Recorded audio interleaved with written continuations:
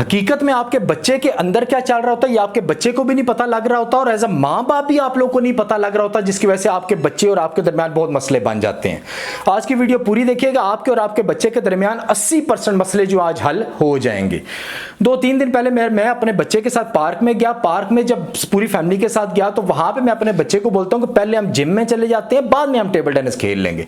उसने मेरे से बहस करना शुरू कर दिया और आवाजारी का एहसास शुरू कर दिया। खैर थोड़ा सा मैं उसको गुस्से हुआ, गुस्सा होने के बाद मैंने उसको छोड़ दिया, ठीक है तुम जाके टेबल टेनिस खेलो।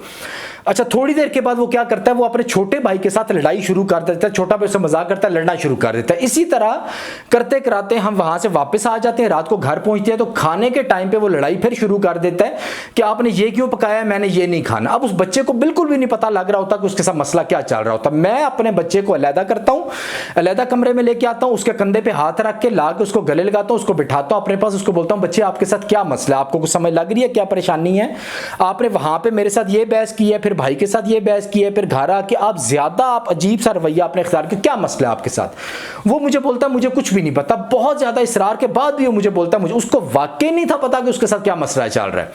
अब एज अ मां बाप मुझे पता है मुझे वो मसला निकाल के उसके सामने रखना ताकि उसको पता लगे उसके साथ क्या मसला चल रहा है। मैंने उससे पूछा कि क्या आज आपको ट्यूशन पे काम ज्यादा मिला है। उसने थोड़ी देर बाद सोचने के बाद मुझे बोला जी अब्बू आज काम काफी ज्यादा मिला है।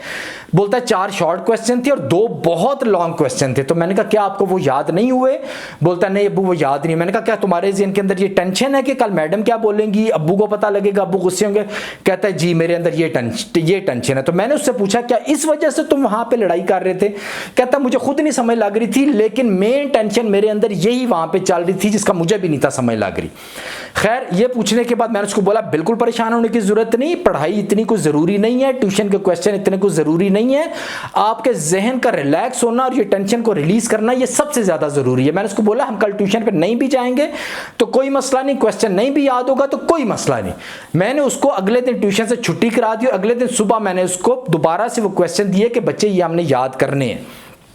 अच्छा, उसने जब याद करने शुरू किए, वो जो पिछले दिन का लेक्चर मैंने उसको दिया था वो बच्चा आधा भूल चुका है, सिर्फ आधा लेक्चर उसको याद है। अब जब क्वेश्चन उसको दोबारा मैंने याद करने के लिए दिया तो उसी तरह उसका भाई ने उससे मजाक करनी शुरू कर दी, उसने अपने भाई से लड़ना शुरू कर दिया, उसकी बहन ने दोबारा उससे मजाक किया, उसने उससे भी लड़ना शुरू कर दिया। मैं ये सारी बात देख रहा था, मैं उसको लेकर ड्राइंग रूम में आ गया, मैंने उसको बिठाया, मैंने उसको फिर जो कल मैंने लेक्चर दिया था उसको दोबारा से याद कराया, उसको बोला कि क्वेश्चन आपको नहीं याद हो रहा, आप अपने जेहन में रख लो कि 2 माइंडसेट होते हैं। एक माइंडसेट ये होता है कि हमें एक लॉन्ग क्वेश्चन मिल गया, हमारे से याद नहीं हो रहा, हमारे ऊपर ये प्रेशर है कि टीचर क्या बोलेंगी, अब्बू क्या बोलेंगे, गुस्से होंगे, क्या करेंगे, ये प्रेशर है, इस वजह से आप इसको याद करने की कोशिश कर रहे हो, ये वजह आपको याद नहीं हो रहा। लेकिन आपने करना क्या, आज के बाद आपने ये प्रेशर अपने ज़हन से रिलीज कर दो। बिल्कुल कोई प्रेशर ना टीचर का, ना स्कूल का, ना नंबर्स का, ना आपके बाप का, ना माँ का, कोई प्रेशर भी नहीं है। लेकिन आपने माइंडसेट ये रखना कि ये टास्क हमें मिला है, ये क्वेश्चन मिला है, ये हमने किसी तरह भी याद करना है। इसके लिए आपने मेरे से भी मदद लेनी है, खुद भी मुख्तलिफ तरीके करने हैं।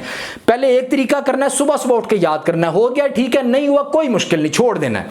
दोपहर को उठ के एक घंटा दोबारा ट्राई कर लो, याद हो गया ठीक है, तीसरा तरीका कर लो, नहीं याद हुआ चौथा तरीका करो। इसी तरह स्टेप बाय स्टेप तरीके करते जाना है, ढूंढते जाना है। मेरे से पूछ लेना कौन से तरीके इख्तियार करें, मुख्तलिफ तरीके रखने, आपने ज़हन में ये रखना है मैंने हर हाल में इसको याद करना है, लेकिन प्रेशर के बगैर।